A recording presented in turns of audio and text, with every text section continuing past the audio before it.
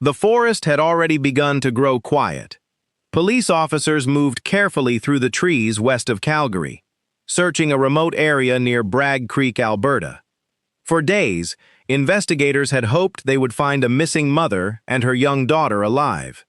Instead, on April 28, 2019, search teams made a heartbreaking discovery. The bodies of Jasmine Lovett, 25, and her 22-month-old daughter, Aliyah Sanderson, were found in a wooded area not far from a campground where they had last been seen. The search for two missing people had become a double homicide investigation. Within hours, investigators announced that Jasmine and Aliyah had not simply disappeared. Evidence pointed to murder. But one question remained. Who had turned what was supposed to be a peaceful camping trip into one of Alberta's most tragic criminal cases? The answer would lead investigators to someone Jasmine knew, someone who had spent time with her shortly before she vanished, someone whose own words, digital evidence, and forensic findings would eventually become central to the prosecution's case. This is not only the story of how two lives were taken, it is the story of how investigators pieced together a timeline from physical evidence, surveillance footage, witness interviews, and forensic science to uncover what happened in the forests outside Calgary. Because sometimes, the most dangerous place is not the wilderness. It is the person you trust enough to enter it with. Before we continue, where are you watching from today? Leave your city in the comments. Someone watching may remember when this case dominated headlines across Canada. Before Jasmine Lovett became the subject of a national homicide investigation, she was a young mother devoted to her daughter. According to family members and public statements made during the investigation, Jasmine's life revolved around Aliyah Sanderson, who was just 22 months old. Friends described Jasmine as someone who cared deeply for her daughter and enjoyed spending time outdoors. Camping was one of those activities. The mountains and forests west of Calgary attract thousands of visitors every year. Places like Bragg Creek and McLean Creek Provincial Recreation Area are known for their scenic landscapes, campgrounds, hiking trails, and quiet surroundings. For many families, they are places to escape city life.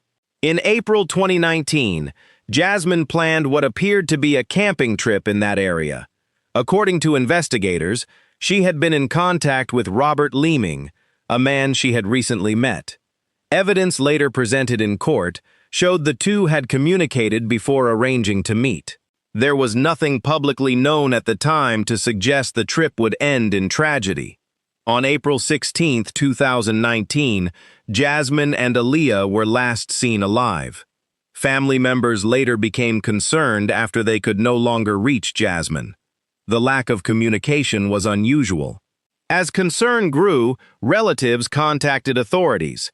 The Royal Canadian Mounted Police began investigating the disappearance. Initially, investigators approached the case as a missing persons investigation. Officers interviewed family members, friends, people who had recently spoken with Jasmine. They examined phone records, digital communications, and the timeline leading up to the camping trip. One name quickly became important: Robert Leeming. Investigators learned he had been with Jasmine shortly before she disappeared. When questioned, Leeming provided information about his contact with her. Detectives began comparing his account with evidence gathered during the investigation. As they continued reconstructing Jasmine's final known movements, inconsistencies began to emerge. Search efforts intensified. Police searched areas around Bragg Creek using officers, search and rescue volunteers, tracking teams, and specialized resources. The hope was that Jasmine and Aliyah would still be alive somewhere in the vast wilderness. But with each passing day, that hope became harder to hold on to. Families gathered near the search area. Friends waited for updates. Communities across Alberta followed every development. Everyone wanted the same answer. Where were Jasmine and Aliyah? Now that you know who Jasmine and little Aliyah were, does their story remind you how quickly an ordinary day can change forever? Remembering them as people, not just victims, keeps their memory alive. By the third day, the hope of finding Jasmine Lovett and little Aliyah alive was beginning to fade. The Royal Canadian Mounted Police had already interviewed family members, searched digital records, and established that Jasmine's last known plans involved a camping trip near Bragg Creek with Robert Leeming. Now, the investigation intensified. Search teams expanded their efforts across the rugged terrain west of Calgary. Police officers, search and rescue volunteers, tracking specialists, canine units, ATVs, even helicopters searched the forests, trails, and campgrounds surrounding McLean Creek Provincial Recreation Area. Every abandoned campsite, every vehicle, every trail had to be checked. The landscape itself made the search incredibly difficult. Dense forests stretched for miles. Creeks cut through rocky valleys. Snow still covered parts of the higher ground in late April. Investigators knew that every passing hour reduced the chances of finding Jasmine and Aliyah alive. Meanwhile, detectives focused on building a timeline, phone records, text messages, vehicle movements, witness statements. Everything was carefully compared. Investigators determined that Robert Leeming had purchased camping supplies shortly before meeting Jasmine. Surveillance footage and financial records helped establish portions of his movements before and after the camping trip. As detectives compared those movements with Leeming's statements, questions began to emerge. Some details could not be independently confirmed. Others appeared inconsistent with the growing body of evidence. Without publicly revealing what they had found, investigators quietly continued gathering physical and digital evidence. Search warrants were executed. Electronic devices were examined. Vehicles connected to the investigation were processed by forensic specialists. Each discovery helped investigators better understand the final days of Jasmine and Aliyah. Then, on April 28, 2019, the search reached its heartbreaking conclusion. Searchers located the bodies of Jasmine Lovett and Aliyah Sanderson in a wooded area near the camping region west of Calgary. The discovery confirmed the fears shared by everyone following the case. The missing persons investigation immediately became a double homicide investigation. The RCMP secured the scene. Forensic identification teams documented every detail before any evidence was moved. Crime scene specialists spent hours photographing the area, collecting biological evidence, mapping the location, preserving anything that could later explain what had happened. Investigators understood that this evidence would eventually be examined in court. Every measurement mattered. Every photograph mattered. Every piece of evidence had to withstand scrutiny. News of the discovery spread quickly across Canada. Communities that had followed the search now mourned a young mother and her daughter whose lives had ended far too soon. Tributes appeared online. Flowers were left in their memory. Family members released emotional statements thanking everyone who had searched while asking for privacy as they faced an unimaginable loss. For detectives, the investigation was only beginning. Finding Jasmine and Aliyah answered one question, but it created another. Who was responsible? Investigators returned to every piece of evidence they had collected during the missing persons investigation. Phone data, witness interviews, digital communications, vehicle examinations, forensic testing. Each item was now viewed through the lens of a homicide investigation. The evidence increasingly pointed investigators toward one individual, Robert Leeming. But detectives understood that suspicion alone would never be enough. Every allegation would have to be supported by verifiable evidence before charges could be laid. That meant continuing the painstaking work of building a case. One fact at a time, one piece of evidence at a time. Investigators had phone records, surveillance footage, witness interviews, and forensic evidence, but they still needed to prove exactly what happened. Based on what you've heard so far, what piece of evidence do you think would become the most important? Share your thoughts respectfully in the comments. As the investigation continued, Forensic experts examined evidence recovered from the crime scene, alongside items collected during search warrants. Digital investigators reconstructed movements. Analysts compared timelines. Specialists searched for connections that could explain how a camping trip had ended in murder. The answers were there. Investigators simply had to assemble them. And when they finally did, the evidence would tell a story that prosecutors believed proved exactly what had happened in the forests outside Calgary. With the search complete, the Royal Canadian Mounted Police shifted every available resource toward answering a single question. Who had killed Jasmine Lovett and her 22-month-old daughter, Aliyah Sanderson? The investigation quickly centered on building a timeline that could be supported by evidence, not assumptions. Detectives revisited every conversation Jasmine had in the days before she disappeared. They examined cell phone records, text messages, social media communications, financial transactions, vehicle movements, and surveillance footage. Each piece of information helped narrow the final hours of Jasmine's life. One name continued appearing throughout that timeline: Robert Leeming. Investigators had already confirmed that Jasmine planned to meet him before the camping trip. Now they needed to determine exactly what happened after they arrived in the Bragg Creek area. Search warrants were executed on locations connected to Leeming. Forensic specialists examined his truck and other items seized during the investigation. According to evidence later presented in court, investigators recovered biological evidence and other forensic material that became central to the prosecution's case. At the same time, digital forensic analysts reconstructed movements using electronic devices and location data. Investigators compared Leeming's statements with objective evidence. Whenever a statement could be independently verified, it was documented. Whenever evidence contradicted those statements, that contradiction became another piece of the investigation. As detectives assembled the timeline, they concluded there was sufficient evidence to move forward. On May 6, 2019, the RCMP announced that Robert Leeming had been charged with 2 counts of first-degree murder in the deaths of Jasmine Lovett and Aliyah Sanderson. The announcement marked a major turning point. After weeks of uncertainty, the investigation had identified a suspect, but investigators understood that laying charges was only the beginning. Every allegation would now be tested in court.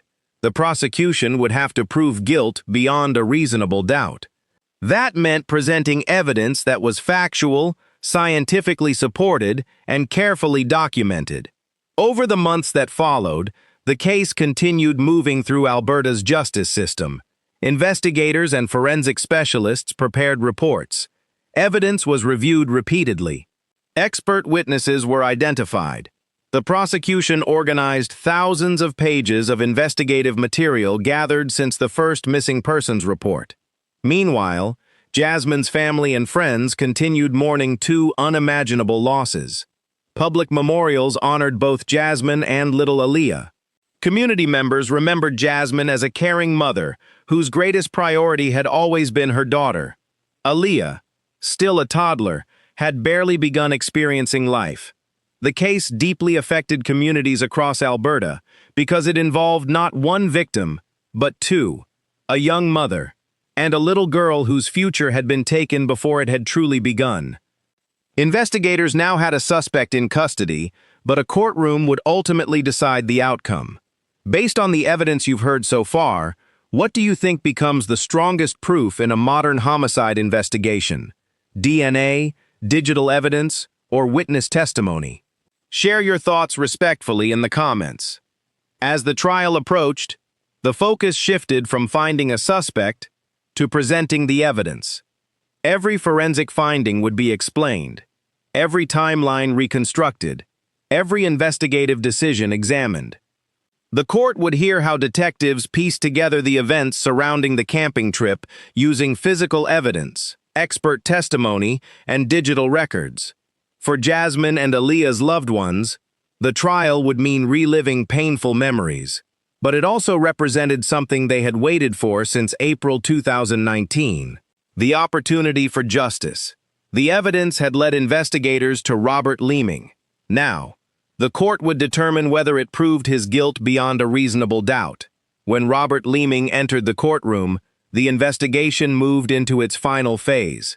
For detectives, the search was over. Now the responsibility shifted to prosecutors. Their task was no longer to identify a suspect.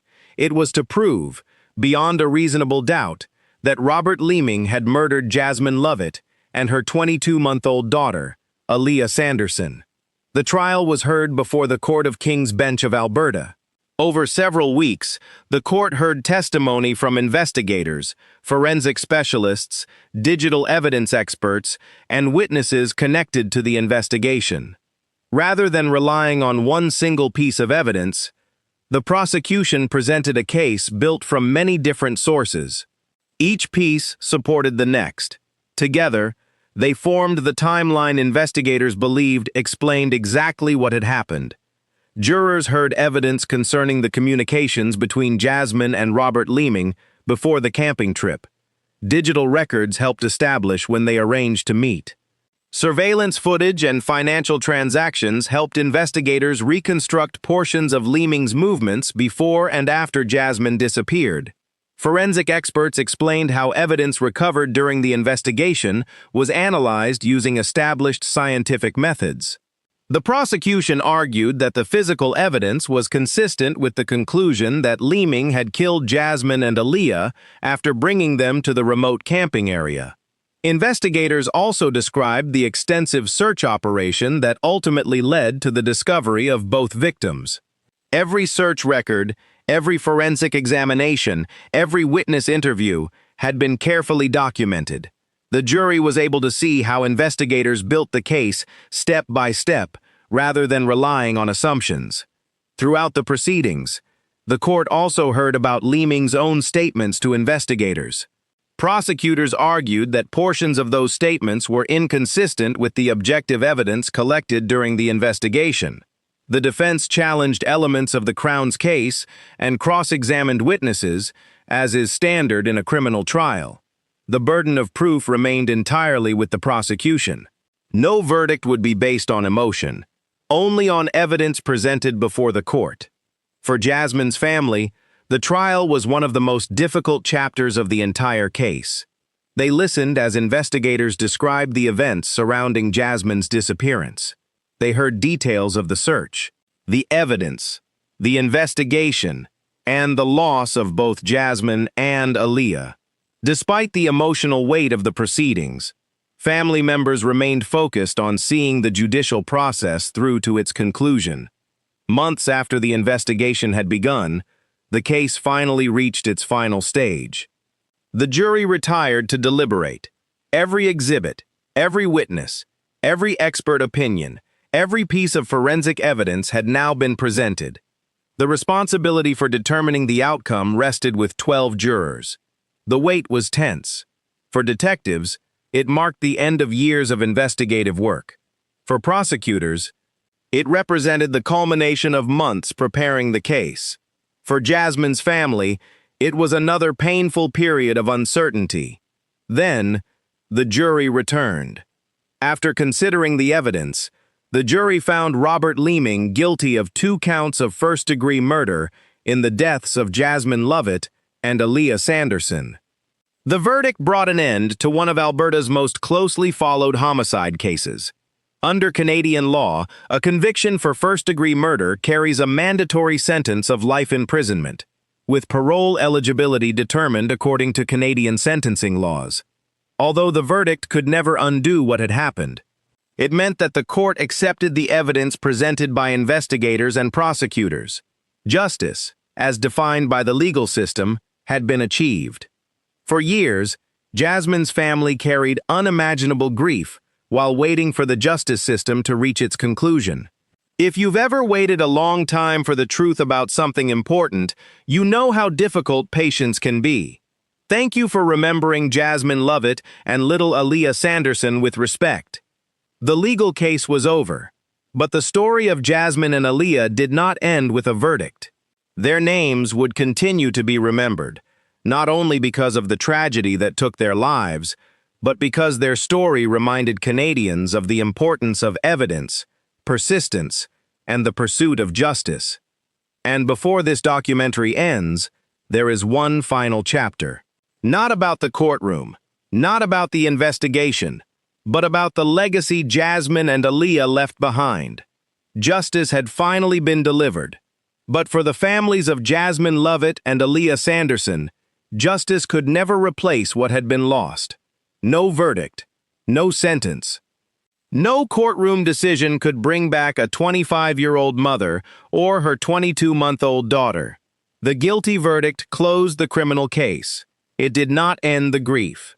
Throughout the investigation and trial, Jasmine's family consistently remembered her as a loving mother whose greatest joy was Aliyah. Friends spoke about her kindness, her sense of adventure, and the obvious bond she shared with her little girl. Aliyah was still discovering the world around her, learning new words, growing every day. She never had the chance to begin school, make lifelong friends, or grow into the person she might have become. That is the tragedy behind every homicide. Investigators often spend years collecting evidence. Lawyers spend months preparing for trial. Jurors hear testimony for weeks. But behind every exhibit presented in court, there is a real person, a real family, a future that was taken away. The RCMP investigation became an example of how modern policing combines traditional detective work with digital and forensic evidence. Investigators reconstructed timelines using phone records, surveillance footage, witness interviews, forensic examinations, search warrants. Every piece of evidence strengthened the next. No single fact solved the case. It was the careful combination of evidence that allowed investigators to present a complete picture in court. The case also reminded Canadians of the importance of acting quickly when someone disappears. The search for Jasmine and Aliyah involved law enforcement officers, search and rescue volunteers, forensic specialists, and members of the community. Hundreds of people contributed to the effort. Although the outcome was heartbreaking, their work ensured the investigation moved forward without delay. Today, the names Jasmine Lovett and Aliyah Sanderson continue to be remembered across Canada. Not because of how their lives ended, but because they mattered. Every victim deserves to be remembered as a person before they are remembered as a case. Jasmine was more than a headline. Aliyah was more than a statistic.